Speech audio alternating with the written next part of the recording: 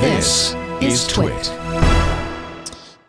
I think we've come to the most amused bouche of all.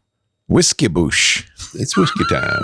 It's whiskey time. Whiskey time. Felt like going to Islay today.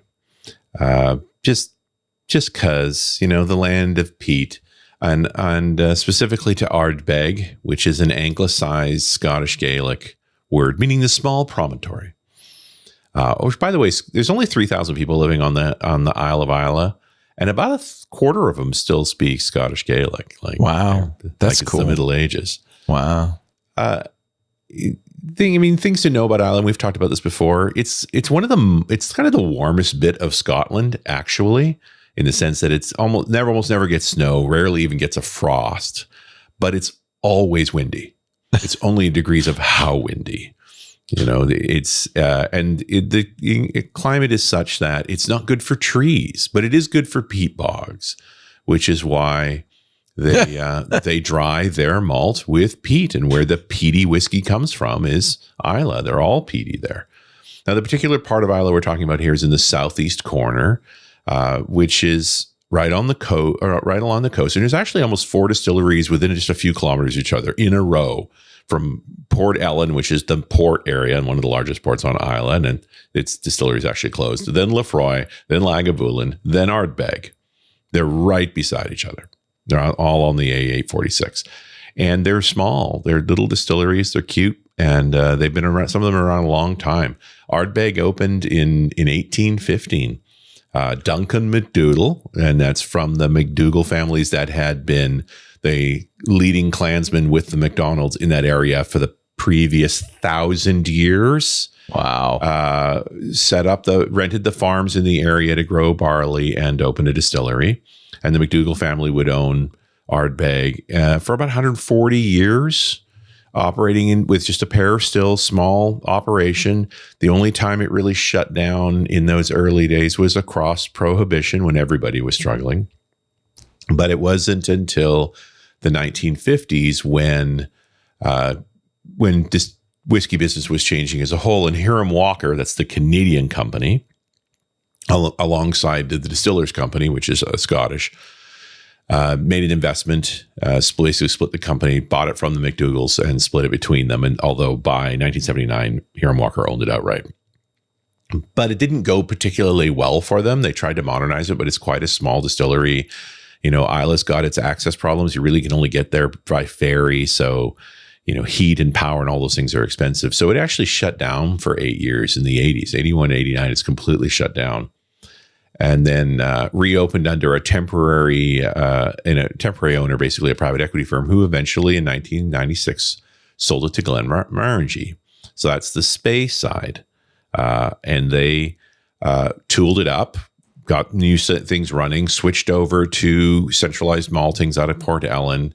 And that's where Ardbeg comes from. The Ardbeg 10 that we're talking about today, first produced in 2000. So the 200-year-old Ardbeg that mostly sold in the U.S. with the barrels and so forth, largely that company disappeared.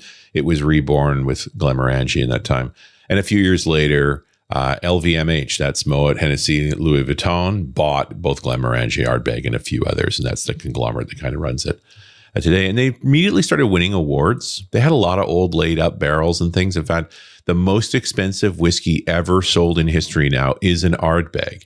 In 2022, they revealed cask number 3, which is a cask that was laid up in 1975, and they auctioned it off and got 16 million pounds for it. What? Yeah. Do you drink that or just put it on a pedestal? That's a great question. Here's the scary part. How do you know if it's good? Right. You know, like that's been laid up a long time, but I imagine they probably thieved from it. And they made a huge more than £1 million were donated into the community in Islay. I love it. I love it that they bill this as the peatiest, smokiest, most complex single malt of them all. You know, when I generally think about drinking a peaty whiskey, because I have a momentary lapse in reason, it's probably going to be a Lagavulin, which runs at about 35 ppm or 35 parts per million of peat. Ardbeg is 55. Oh wow. Okay, by the way, that's their lightest. Right, their supernova's over 100. Like, Oh, that's my a lot of peat. God. Yeah, it's sturdy, right? It's like if you had an urge to lick a dirty ashtray, this is the product for you. But the crazy part is, like, they've only had one set of stills the whole time until 2018. They finally built their second set of stills because they're gearing up. Because as they got themselves reorganized, they do really well. They make very good whiskey, but it is extremely peaty. And the Ardbeg 10, which is not particularly expensive, you'll find it for about $70 US, is only 10 years old. It's a pale straw color. It's aged in bourbon, like I said, at 55 ppm, which is quite high, probably the highest regular production. And the only way you can describe the taste is oily and peaty. It is a big, rich, smoky, But on their website, the tasting notes are sea spray, tarry rope, and immense smoky intensity. Well, all those distilleries I described, but even the ones up in the north, like Beaumont and Bunnahabhain, they're right on the coast. So they take a lot of salt with that windy ocean all the time. Yeah. And so it's often a character, these whiskeys. But let me tell you, you don't taste any salt in the Ardbeg 10. You taste smoke. That's what you taste. Wow. But there are people who enjoy it. Absolutely. Yeah. And it's, like I said, it's a style, right? It's like, do you like this sort of thing? And when I'm cooking a brisket is when, so I'm already full of, you're already smoky, right? That's right. But I'm covered with smoke already. Then a smoky whiskey goes very nicely with that.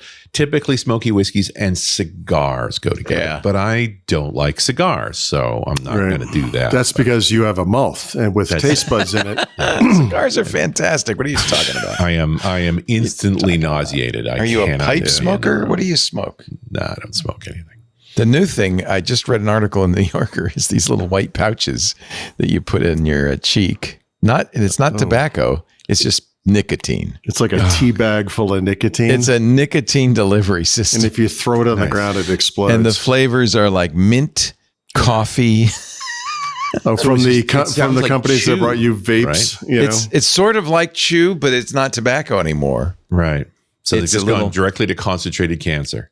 I was going to say, yeah. Well, exactly. I don't know. The main side effects are heart disease. Great. Oh, how pleasant. I was looking for something to do this weekend. There's nothing carcinogenic. These are called zins. Yeah. Or in Sweden, they're called snooze. And I just read this whole article about how it's taken the world by storm. Wall Street loves them. Because vaping is falling out of style. Killing enough kids now. Right. So it's just direct nicotine. This is as pot has become legal across the United States. I always figured that this terrible smell of pot smoke would disappear.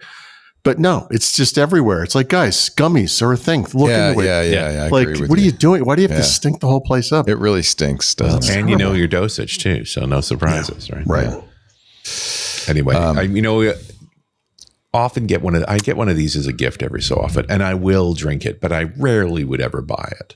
Not the Ardbeg. You're back to the Ardbeg. Yeah. He's back on He's back on topic. You mean? I'm on topic. He's like, I've allowed you to digress long enough. Yes.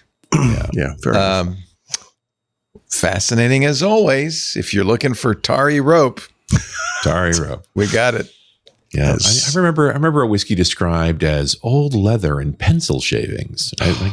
It's one thing if whiskey tastes like that, but there's wine that tastes like that. And that's where I really draw the line. At the taco bar, they always want us to try like new things, right? Yeah. But I don't like smoky drinks, as Richard knows. Yeah. So it's like, you got to try like you should try this, but get it with mezcal instead of tequila. And I'm like, no, I don't like smoky drinks. The guy says you should like it. I'm like, no, I'm with you. I should like it. But I'm telling you, I do not like it. What does that mean? I don't know. You should like it. You should like it. It's I like it. You should like it. It's like you should like it. I have failings. This is among them. That's hysterical. My friends, we've come to the end of this fabulous edition of Windows Weekly. Richard Campbell is at runesradio.com. That's where you'll find the podcast Run as Radio, or .NET Rocks, the show he does with Carl Franklin. Or am I doing that backwards again? I think I got it right this time. You nailed it. I think I got it right this time.